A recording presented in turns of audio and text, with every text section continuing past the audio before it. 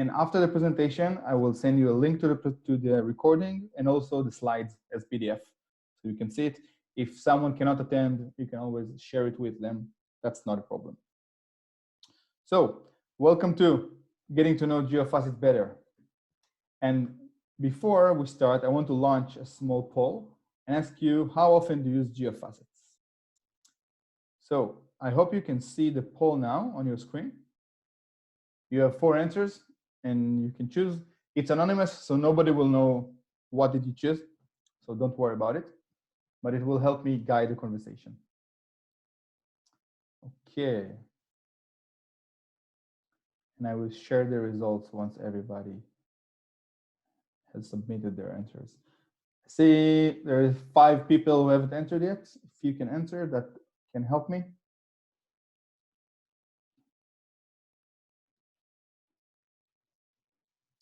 Okay. So yeah, okay, thank you. 7 people. All right, let's start. So I see that 50% saw Geofacet once, and almost 40 have no idea what Geofacet is. Great, you came to the right place, to the right presentation. I'm going to show you how it works. I'm going to show you why you need it. And I'm sure by the end of this presentation, you will be able to just play around with Geofacets and understand the value that it can give you. And I will show you a short presentation, and then I will show you my browser with an actual live demonstration. And again, if you have any questions, just unmute yourself and ask any question. Don't worry about it. So Geofacets, we're going to see what is Geofacets and what kind of data is there. We're going to see how to search in Geofacets. We have 3 kinds of search. And we're going to see the interactive overlays. How can we get more data than we can get even from the search? And also, we have My Geofacets, which is your personal space, where you can save, share, and set alerts. So what is Geofacets? In Geofacets, you can find a lot of information. For example, we have maps, we have photos, we have plot and graphs, we have tables, we have section and profiles and other figures, and a lot of things that help you to gather geoscience data for your research, for your work. Now, the problem is, sorry, before I go to the problem, this is a small graph of our journey as Geofacets. So at first, if you can see at the left corner, it was with only Elsevier's data. And as far as we got along, a lot of more institutions and a lot of databases were included into the Geofacets. So as you can see now, you have, when you use Geofacets, you have the data of all of those companies. Plus, this year, last year, so 2019, we got the USGS, and we got the SP, and we also have a new UI for you. So it will be very easy for you to manage it. Now, the problem with every scientist in whatever field, if it's just pure engineering or geoscientists or whatever it is, usually you spend most of the time searching for the data instead of actually using the data. Now, when you use the Elsevier tools, and especially Geofacets, we want to save you this precious time. You can be more effective and you can use your time more efficiently. You can take the data and just use it. The problem is you have a lot of information that is buried under the scientific publications. So when you have a publication, you have a lot of maps, you have a lot of graphs, everything is in the image form. It's really hard to extract the data from a map or from a graph or from a photo if you want to share it with someone. If you have a lot of tables that you see as an image, it's really hard to understand what data you need from that and how can you use this data onwards. Of course, there is a lot of seismic profiles and a lot of tables, and let me show you how it's done. So how can we search in Geofacets? How can we save this time?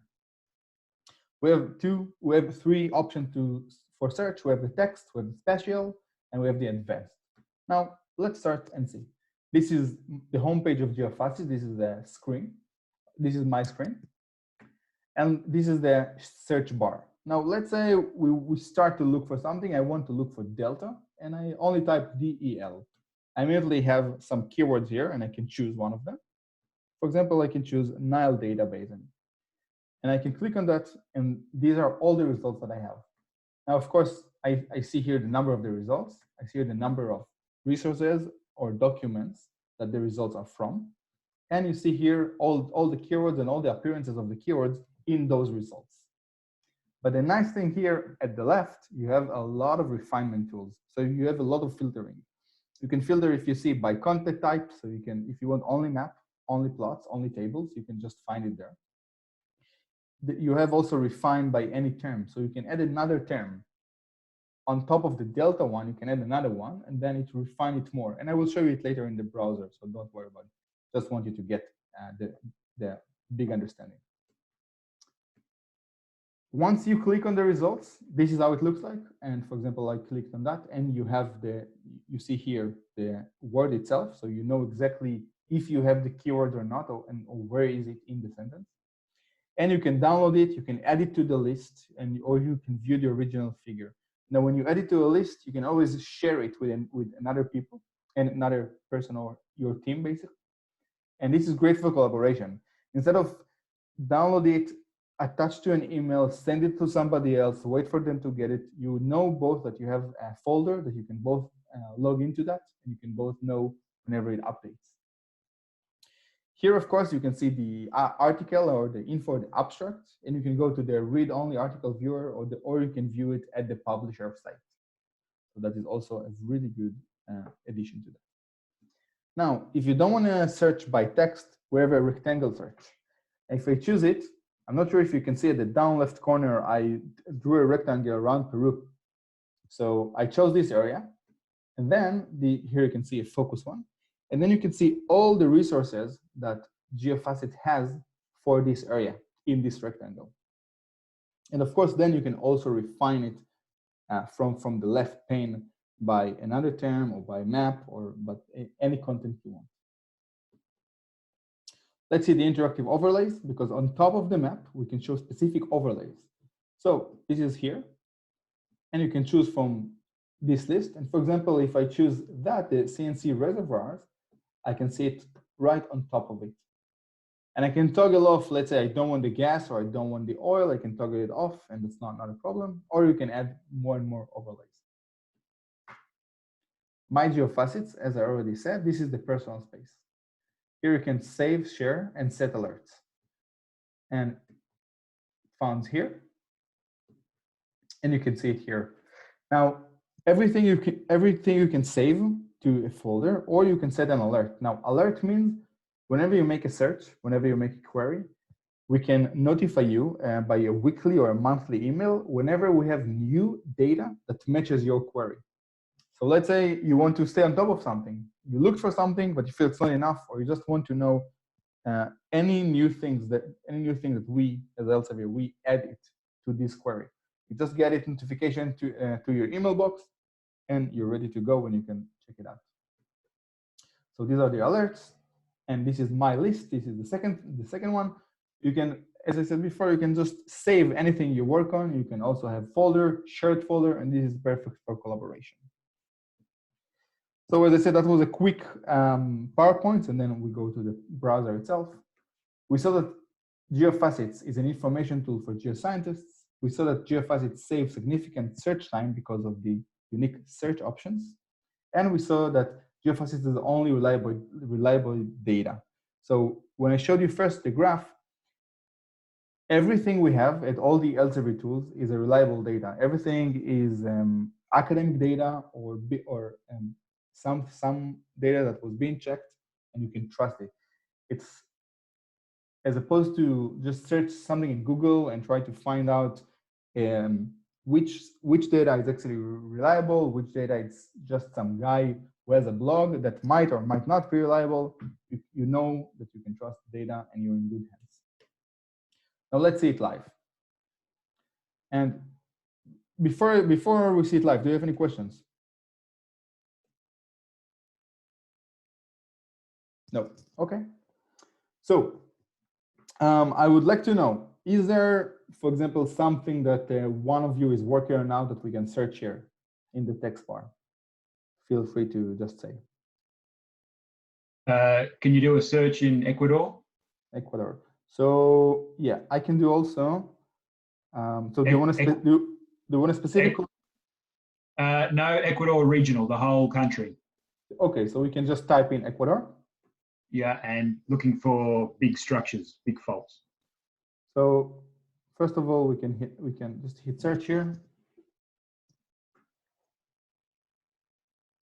And we know that we have almost 30,000 results from 3,500 documents. Now we can refine it. So you said you had another term, right? Yeah, faults. Faults. Can you tell me how you spell it? F-A-U-L-T. F-A-U-L-T. Fault, okay. So then you see we already have less and less results. Is there something specific that you want me to filter it by? So content type. Maps. Maps. And include.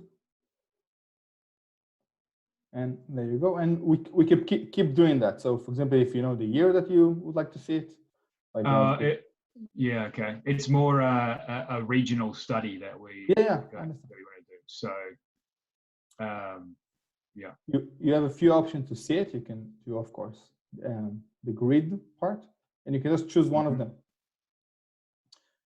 There is also, you can filter it by author or another keyword or the source title. And but keep in mind, this is the way when you just put a word and you find it. The other way is to have a rectangle or another shape on the map, and then you see this exact section in the world. But is there something here that you find interesting that I can drill down to? Yeah, let me see if I'm just going to draw. Let me check that chat. Yeah, something like a regional scale stuff here. Yeah, like this thing here. Oh, thank you for using the annotate option. It's really nice. I like it. Yeah, so you can see it here.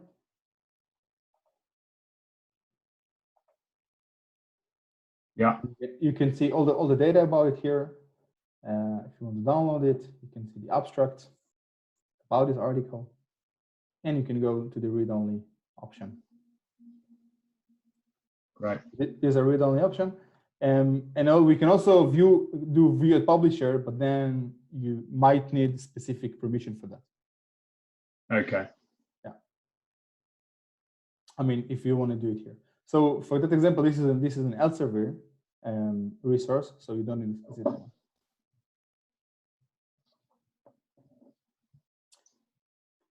Do you have any more questions, or can I show you something else? That's from me. I don't know if the other guys have questions. Okay. So let me just show you something, and then we still have time. You can ask all the questions. So first of all, you can choose here at the map if you want to see another kind of map, or the GeoWorld map. That's also an option. I also already mentioned that we have the rectangle, and we have also polygon. So let's say you don't want a rectangle, but you can have, for example, some polygon. Here I can do a triangle, and then I can have this area. Just a second. Yeah. So these are the points that I have, and I can keep zooming in and zooming out to see the exact ones. For example, I see here, this is 10. I can zoom in here, and I can see I have 2 here, and I need to zoom out another 8 here. And I can click on that, and I can see what's going on here. So I have here 8 results, and you can click on the next one. And I see here there's the source, and I can use it in a really nice way. And the biggest value here is you can use this refinement tool, and you can add terms to get a specific data of what you need. So does any other person have some other idea or some other question? Maybe we can try to search for something else. Well, maybe I'm jumping ahead, but yeah. I saw that there is an ArcGIS plugin there. So is there any way to search for GeoTIFF or georeference data, or there isn't any georeference data here? Do you want to check it here, or do you want to know if we have it? I want to check if there is an option that like use JPG or GeoTIFF, whatever. So yeah, we do have GeoTIFF, and when you go into the result, when you hit download like here, you will see a GeoTIFF, if there is an option for that. Okay. Thanks. Yeah, so we do it here. I'm not sure if you click. So let me, for example, Ecuador, like we did before. Let me see. I'm not sure if we can filter the GeoTIFF out. Let me check for a second.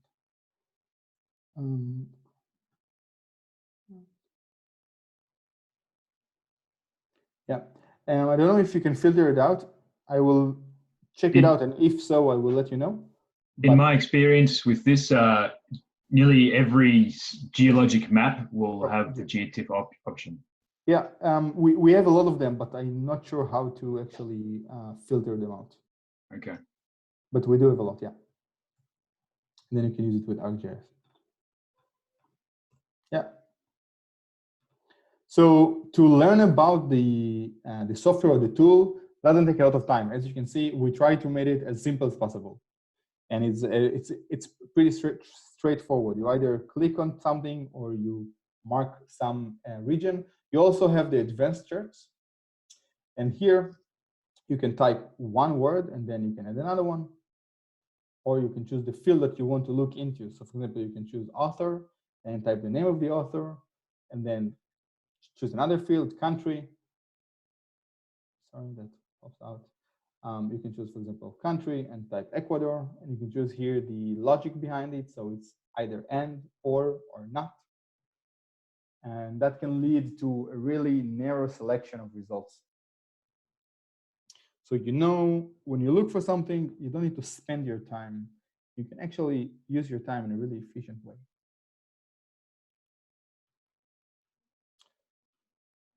Hi, David. I just have a quick question. Yeah. So all the maps come out as GeoTIFFs, but say, for example, you have table data. Say you wanted to export a table of geochron data from just about anywhere. How would you do that? So you can use the tables. Let's do it again. Ecuador, just because we already was there. Ecuador. Sorry. Let me filter by the table.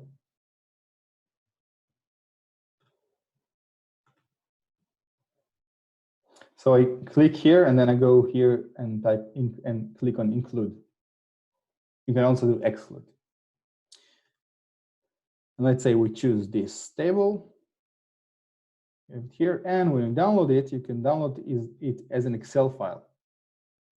It is really also a nice feature, because usually when you see an image of a map, a table, it's really hard to take this data and use it unless you want to type in every word. So this is a really good way to do it. Did I answer your question? Absolutely. Yeah, it looks super quick, extremely easy, rather than the usual copy pasting it all out. Yeah, of course. And you can also move around with here and see. So this is, okay, so sorry, this is not a table. Maybe this one should be. Yeah, so this can be also downloaded as an Excel file.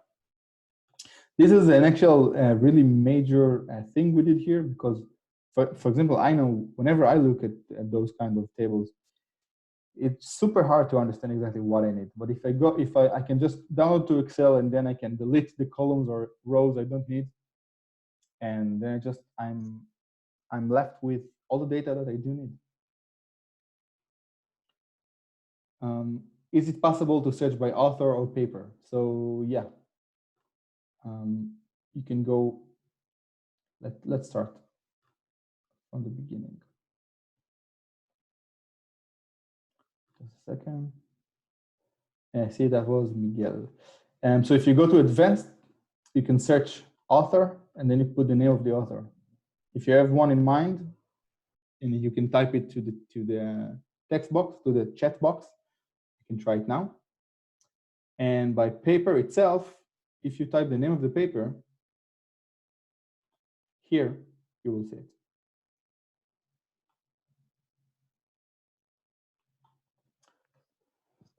Miguel, is there a specific author you want me to check, or was that enough for you?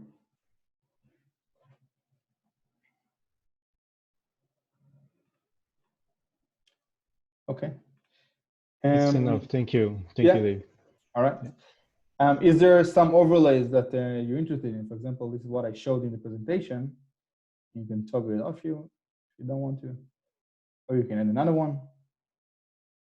This is really easy to know where is the data located. So you can have it right away.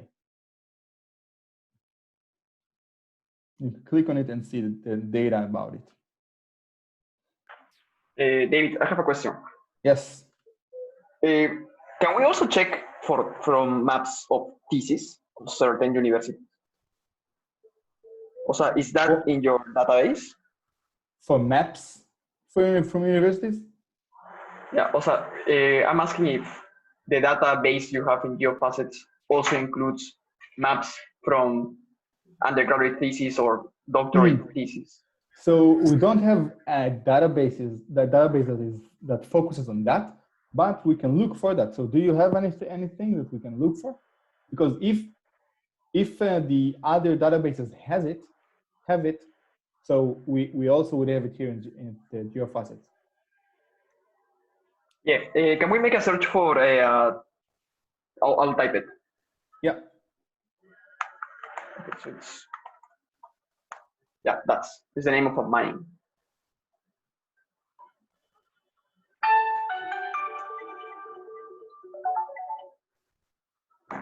So this is what I found, and you can go, you can choose here the type.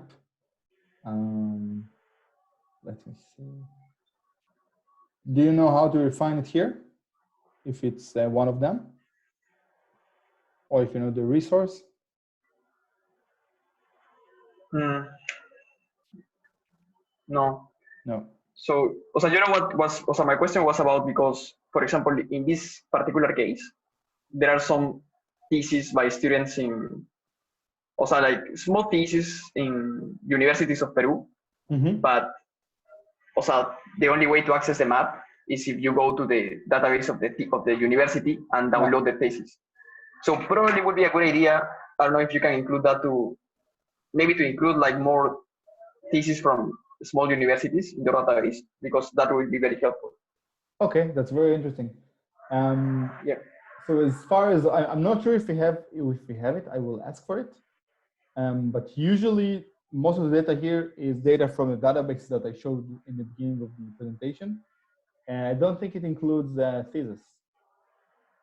But I will check it, and if so, I will of course let you know. And if we can't have it, this is something we can think about. So I will report it back to the development team. That is a good idea. Thank you. Yeah. Do you normally use it? So do you have access to this university, to the database of the university? Yes. For example, I can put an example, Alex. So I was thinking about Apache, and the thing is that in the Apache region, you don't have so they're not like big papers covering that area. But I spoke with some people from the local university in Arequipa, and there are some small theses from students in the Chapi mine and some projects near Apache. So also would be a good idea to download the maps that these students did from near Apache. So if we could have these maps in Geofacets would be awesome, because it's less job for us, right? You just download the maps and it's done. Yeah. What I think sort of between David and Carlos, so the situation is, David, that there's a lot of undergraduate students and let's say master's level students in South America who do a thesis, like the equivalent of a master's project or an honors project. But those are never published into an academic paper, let's say, published in a journal that Elsevier, for example, uses.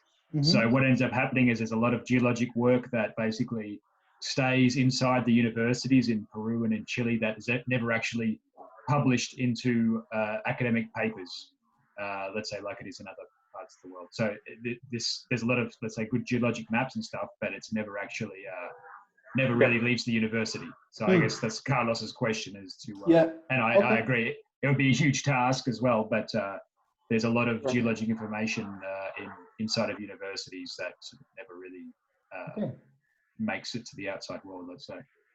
Thank you for that. I will definitely ask it and I will let you know. Yeah. Okay. Thank you, Alex. Thank you, David. You mentioned something. I have a question, sorry. When you do the search by text, so basically you are looking for the paper title, or is looking like in the text and in the tables, like, because we saw that the tables were basically Excel files. Yeah. So what is included in the search? So when you search, so is your question what can you search for, or when you search, where does it look for it? No, or both questions? I'm asking because I thought initially that we were searching just for like the titles of the papers, but no. I can see now that because it's all transcribed to Excel file, or maybe so we can check for information that is included in the text. Yes, of course. You first of all, this text area here, it's a free text search, so you can text for anything you want. And to answer your question, it will search inside the content of the table and also the article itself, not only the title. Yeah. Because if you will, thanks. Yeah, because only the title that really limits you to a lot of things. Yeah, but the idea is that you can look into all of the content itself.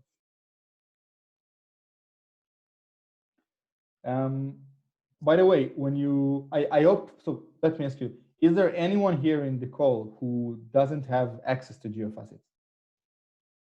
Who try to log in and can't? Okay, and the other thing is, once Alex, you have, do we have an account, Alex, or how do we access it? Yeah, we've got an FQM account. It's actually in McLean Trott's name, so I just use that login. Yeah, I'm also using McLean's account. Okay, and it's only one account for everyone. I'm not exactly sure how many we have. I know that we have like a corporate account. I'm not sure how many users that includes. Yeah. So you can go to geofacets.com, and then you will have a username and password to put, and that's it. Yeah. And after you have the access, so after you see this page, whether if you see this map or the default is this page. The default is this map. You can log in here. You can register. And if you register, you can save and share and set alerts.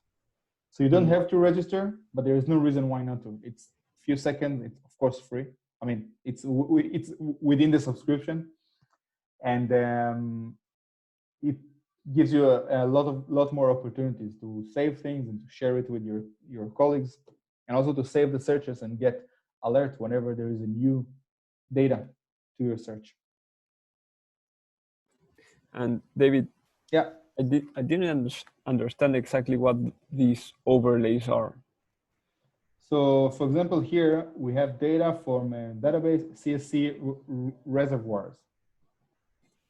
So you can see here a brief introduction to it. Okay, and it's only those 5 overlays. For the overlays, yeah, but this is not all the data that you can find. Yes. But this is only for the overlays. Yes, correct. David, can you just move it to South America and just turn on the overlay of Robertson? It's a really nice one to show the sedimentary basin outlines. This one, yeah. Yeah. And then the guys can see you can see the sedimentary basins there. So we can we can interpret faults and stuff, basin bounding faults and things like that. Well, he's moving around. Yeah, there you go. Things like that. Yeah. Okay. Sorry, I didn't notice that you. I was drawing. Sorry, no, it's okay. But yeah, so this is like an interesting one for us. This is basically sedimentary. Here's the Nelken Basin here. This thing here. So there's that sort of stuff. Although we're not exploring for petroleum, it's an interesting thing for us to have. Yeah.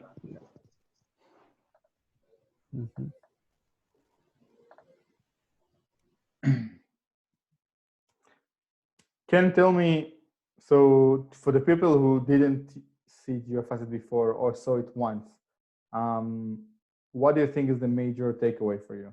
What is the what's the favorite feature that you've seen here?